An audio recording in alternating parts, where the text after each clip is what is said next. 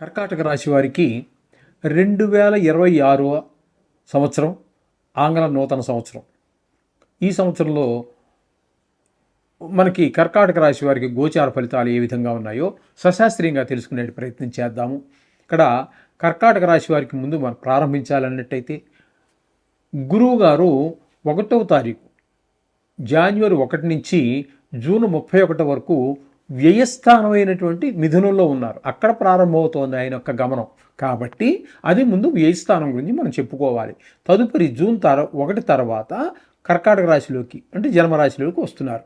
కాబట్టి ఆ తదుపరి అక్కడి నుంచి మళ్ళీ ఒక 2 నెలల పాటు అతిచారం వలన మీకు ద్వితీయ స్థానంలో సంచారం చేస్తున్నారు. ద్వితీయ స్థానమైనటువంటి సింహరాశిలో సంచారం చేస్తారు. కాబట్టి ఇక్కడ వ్యయస్థానంలో గురువు యొక్క సంచారం మనకి ఏమవుతుందంటే ధన వ్యయం అవుతుంది, ధన నష్టం జరుగుతుంది, కొంతమందికి భార్య నష్టం జరుగుతుంది, అలా మనోవిచారం కలుగుతుంది, కొంతమందికి చేసిన పాపాలను బట్టి వాళ్ళు చేసినటువంటి దుష్కృత్యాలను బట్టి వాళ్ళకి కారాగార శిక్షలు పడే అవకాశం ఉంటుంది.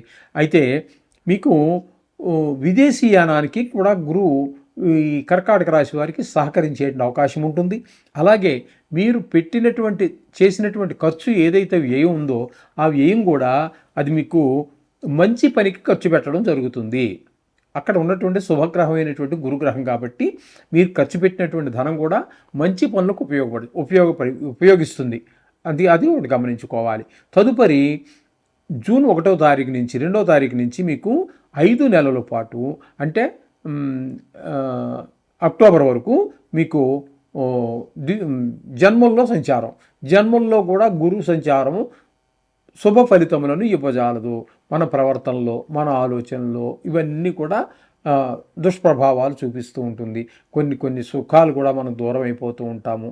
ఎందుకంటే జన్మంలో కాబట్టి మనకి చతుర్థ స్థాన ఫలితాలు కొన్ని సుఖాలను ఏవైతే అనుకున్నామో అందులో ఇక్కడ అవన్నీ కూడా జన్మరాశి యొక్క ఫలితాలు అటు జాతకంలో తీసుకోండి, గోచారంలో తీసుకోండి, అన్నిటి మీద కూడా ప్రభావం చూపిస్తూ ఉంటుంది. ముఖ్యంగా జాతకంలో ఎక్కువ చూపిస్తూ ఉంటుంది. ఇక్కడ జన్మల్లో గురువు యోగకారక కాదు, ఈ సుఖాలన్నీ కూడా దూరం అయ్యే అవకాశం ఉంటుంది. తదుపరి అతిచారం వలన 2 నెలల పాటు సింహరాశిలో సంచారం చేస్తూ ఉంటారు. ఈ సింహరాశిలో సంచారం అనేటటువంటిది 2వ స్థానం కాబట్టి మీకు ధనానికి లోటు లేకుండా చూస్తాడు. ఇప్పటి వరకు మీకు ఏ స్థానంలో ఉండగా డబ్బు ఖర్చు పెట్టించాడు, జన్మల్లో ఉండగా మీకు అనుకూలమైన ఫలితాలు ఇవ్వలేదు. ఇక్కడ ద్వితీయ స్థానం అయినటువంటి సింహంలో 2 నెలల పాటు ఉంటున్నారు కాబట్టి అక్కడ మీకు ధనానికి లోటు లేకుండా చూస్తారు. మాట బాగుంటుంది, మాట తీరు, కుటుంబంలో కూడా అందరికీ కూడా చక్కటి ఉల్లాస భరితమైనటువంటి వాతావరణం ఉంటుంది. అలాగే నేత్ర సంబంధమైనటువంటి వ్యాధులు ఎవరైనా ఉన్నవారు ఉంటే ఇంట్లో వారికి కొంత అనుకూలమైనటువంటి ఫలితాలన్నీ కూడా గురువు మీకు ప్రసాదించబోతూ ఉన్నాడు. ఈ విధమైన ఫలితాలన్నీ కూడా మనకి కర్కాటక రాశి వారికి గురువు ప్రసాదిస్తూ ఉన్నాడు. ఇకపోతే 8వ స్థానంలో రాహుగ్రహ సంచారం సంవత్సరానికి అంటే 11 నెలల 6 రోజుల పాటు మీకు అక్కడ సంచారం చేస్తున్నాడు. 8వ స్థానంలో రాహుగ్రహ సంచారం అంటే కొంతమందికి ఆయుధ తీరిపోతుంది, ఆయుస్థానం అంటారు దాన్ని, ఆయుధ తీరిపోతుంది. కొంతమందికి అంటే ఇప్పుడు ఉద్యోగం చేసేవారు ఉన్నారు, డిస్మిస్ అవ్వటమో లేకపోతే సస్పెండ్ అవ్వటమో లాంటి పరిస్థితులు కూడా ఉంటాయి. లేదు ప్రైవేట్ ఉద్యోగాలు తీసేస్తారు, మళ్ళీ మేము చెప్తాం లేవే అప్పుడు ఉద్యోగాలు అంటాడు, ఉద్యోగాల నుంచి తెప్పించే పరిస్థితి ఉంటుంది. కొంతమందికి భార్య పీడ అంటే భార్య చనిపోవచ్చు, లేదా ఆవిడ వల్ల కొంత ఇబ్బందికరమైన పరిస్థితులు ఏర్పడవచ్చు. ఈ విధమైనటువంటి ఉంటాయి. అలాగే పెద్ద దుఃఖం ఏర్పడేటువంటి అవకాశం ఉంటుంది.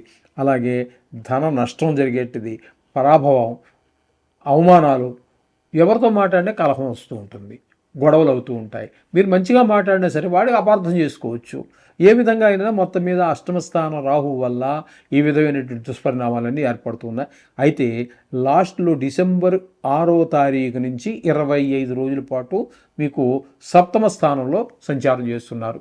26 రోజుల పాటు అక్కడ మీకు జరిగేది ఏంటంటే భార్యాభర్తల మధ్యన కొన్ని చికాకు వ్యవహారాలన్నీ నడుస్తూ ఉంటాయి.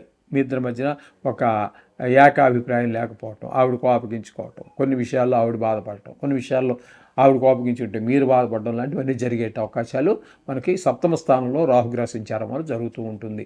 అక్కపోతే భాగ్యస్థానంలో శని సంచారం, భాగ్యస్థానంలో శని సంచారం కూడా మంచి ఫలితములను ఇవ్వజాలదు.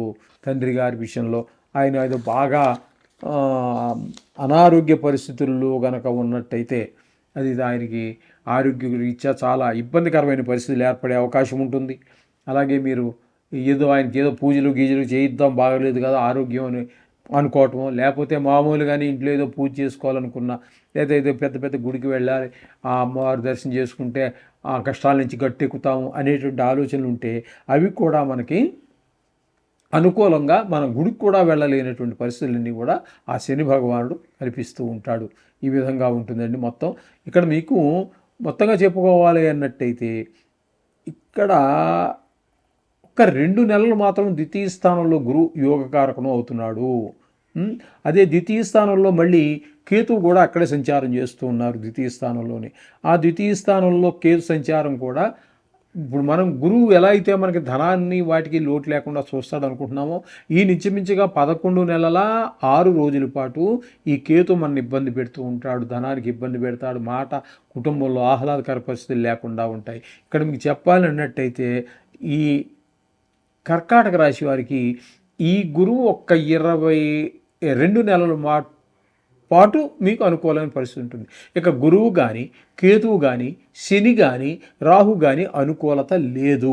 కాబట్టి మీరు డబ్బుల విషయంలో కానీ మాట విషయంలో కానీ ప్రవర్తన విషయంలో కానీ ఏదైనా ఒక నిర్ణయం తీసుకునేటప్పుడు 1కి 10 సార్లు మంచి చెడ్డ ఆలోచించి చెయ్యండి. ప్రతి రూపాయి ఆచితూచి ఖర్చు పెట్టండి. ప్రతి మాట కూడా ఆలోచించి మాట్లాడండి. చాలా ఎవ్వరికి మీరు హామీలు ఉండటాలు లేకపోతే ఇట్లాంటి వీటికి మీరు హామీలు ఉండడం అలాంటి పనులు మాత్రం చేయమాకండి.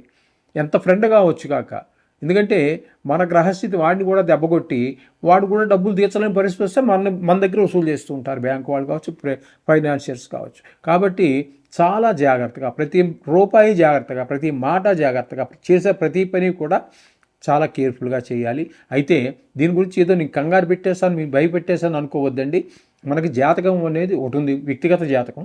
అది బాగున్నప్పుడు దీని ప్రభావం తగ్గుతుంది, అదొక కారణం. అలాగే మీరు నిత్యము నవగ్రహాలను పూజ చేసుకోవటం ఒక కారణమైతే, ఇక్కడ మీరు ఖచ్చితంగా శనికి రాహుకి ఈ కేతువుకి చేసుకోవటం వల్ల నవగ్రహాల చుట్టూ ఒక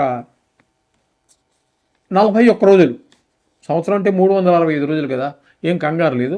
41 రోజులు రెగ్యులర్గా, లేదా రెగ్యులర్ కాకపోవచ్చు, ఎందుకంటే మనం చేసేటటువంటి ఉద్యోగంలో కొంతమందికి షిఫ్టింగ్లు ఉండొచ్చు, కొంతమందికి రాత్రి డ్యూటీలు ఉండొచ్చు. అటువంటి పరిస్థితుల్లో మనం రెగ్యులర్గా 41 రోజులు చేయలేకపోయినప్పటికీ మీరు ఒక గుర్తుపెట్టుకోండి, వీలైన రోజులు తిరుగుతూ ఉండండి. అదే వీలుంటే మీరు ఎక్కడన్నా మార్క్ చేసుకోండి ఎన్ని రోజులు అయిందని కూడా. ఆ 41 రోజులు అయిన తర్వాత ఆ శనికి నువ్వుల దానం, రాహుకి మినుముల దానం 1.5 కేజీ, కేతువుకి ఉలవలు 1.5 కేజీ దానం ఒక బ్రాహ్మడికి ఇచ్చేసి అది వీటి నుంచి మనం ఈజీగా సునాయాసంగా బయటపడవచ్చు. ఇవే కాకుండా ఈశ్వరుడికి అభిషేకం చేసుకోవచ్చు. లేదా నవగ్రహ దోషాలకు అనేక రకాలు చెప్పబడ్డాయి, విష్ణు సహస్రనామం చెప్పబడ్డది. అలాగే సుందరకాండ పారాయణ కొంతమంది చెప్తారు, లలితా సహస్రనామం కొంతమంది చెప్తారు. ఇంకా చేత మీరు వీటిలో మీకు ఏది వీలైతే అది, ఏది లేదు మనం శ్లోకాలు అలాగా చదువుకుంటున్నాం కదండి, అది కూడా సరిపోతుంది. ఈ అడిషనల్గా మనం చెప్పినటువంటి దాన్ని చేయండి. దీనికోసం అంటే ఆర్థిక పరిస్థితి బాగున్నాడు ఏదైనా చేస్తాడనుకోండి, విత్తం కొద్దీ వైభవం, శనిసింగనాపూరి వెళ్ళి అంటాడు ఒకడు, ఎక్కడికో వెళ్ళంటాడు, అక్కడున్న శనీశ్వరుడు మన ఇంటి దగ్గర ఉన్నటువంటి నవగ్రహాలు, గుడిలో ఉన్నటువంటి నవగ్రహాల్లో శనీశ్వరుడు ఆయన ఈయన ఒకటే, తప్పేమీ లేదు. మీరు ఆ స్థానాన్ని చూడాలి, ఆ స్థలం చూడాలి అంటే వెళ్ళండి, తప్పంటలేదు నేను అదేమి. కానీ అక్కడ ఉన్న దేవుడు ఇక్కడ ఉన్న దేవుడు ఒకటే. మీ ఆర్థిక పరిస్థితిని బట్టి మీరు ఏది మీకు అనుకూలంగా ఉంటుందో అది ఆ విధంగా చెయ్యండి. అంతేగాని అక్కడికే వెళ్తేనే శనీశ్వరుడు వదులుతాడు, ఇక్కడ ఉంటే పట్టుకునే ఉంటాడు, అలాంటివి భ్రమ పెట్టుకోవద్దండి. ఓకే, ఇందులో కనుక ఆడవారు ఎవరైనా ఉన్నట్టయితే ఈ రాహుకేతులకి ఏం చేస్తారంటే, మీకు ఈ మధ్యకాలంలో, పూర్వకాలం లేదది, ఇది తమిళ సాంప్రదాయం కూడా, అసలు తెలుగు సాంప్రదాయం కాదు అది. ఈ రాహుకాలంలో ఈ నిమ్మకాయ దొప్పలు ఉన్నాయి కదండి, రసం పిండేసినవి, వాటిని వెనక్కి తిప్పి అందులో రాహుకాలంలో గుడి దగ్గర ఎక్కడికో వెళ్ళి అక్కడ దీపాలు పెడుతున్నారు. ఇది నేను మొట్టమొదటిసారిగా తమిళనాడులో చూశాను. తర్వాత అది అలా స్ప్రెడ్ అయ్యి మన దగ్గరికి వచ్చింది. తప్పేం కాదు, దేవుడికి దీపం పెట్టడం తప్పేం కాదు. అది నిమ్మకాయ, అది మరి ఏ పద్ధతి దానివల్ల అది మన సాంప్రదాయం కాదు కాబట్టి దాని గురించి పూర్తి అవగాహన అయితే నాకు లేదు. కానీ వీలుంటే ఆడవారైతే పెట్టుకోండి, ఇంటి దగ్గరే ఉండేవాళ్ళు అయితే. ఎందుకంటే ఈరోజు మగవారు ఎంతమంది ఎన్ని ఉద్యోగాలు చేస్తున్నారో, ఎంత పెద్ద ఉద్యోగం దగ్గర నుంచి ఎంత చిన్న ఉద్యోగం దాకా చేస్తున్నారో, ఆడవారు కూడా అదే పరిస్థితిలో అన్ని ఉద్యోగాలు చేస్తున్నారు, అంత కష్టపడుతున్నారు. మీకు ఏమాత్రం వీలు చిక్కినా ఇది మగవారైతే ఇంకా చెయ్యరనుకోండి. అది చేస్తే మంచిదే, ఎవరు చేసినా. దేవుడికి దీపం పెట్టడం జ్ఞానం అండి. దీపం అంటే ఏంటి? జ్ఞానము, తెలుసుకోవటం, తెలియజేయటం, మనం తెలుసుకోగలగటం, దీన్నే జ్ఞానం. దీపం అంటే అదే. దీపం జ్యోతి పరబ్రహ్మ అన్నారు. అంచేత అది పెట్టడం తప్పు లేదు. ఆ విధంగా చేయండి అమ్మ. మీకు సమస్త దోషాల నుంచి బయటపడి సున్నితంగా హాయిగా జీవితం జరిగేదానికి మంచి అవకాశం ఏర్పడుతుంది. శుభం.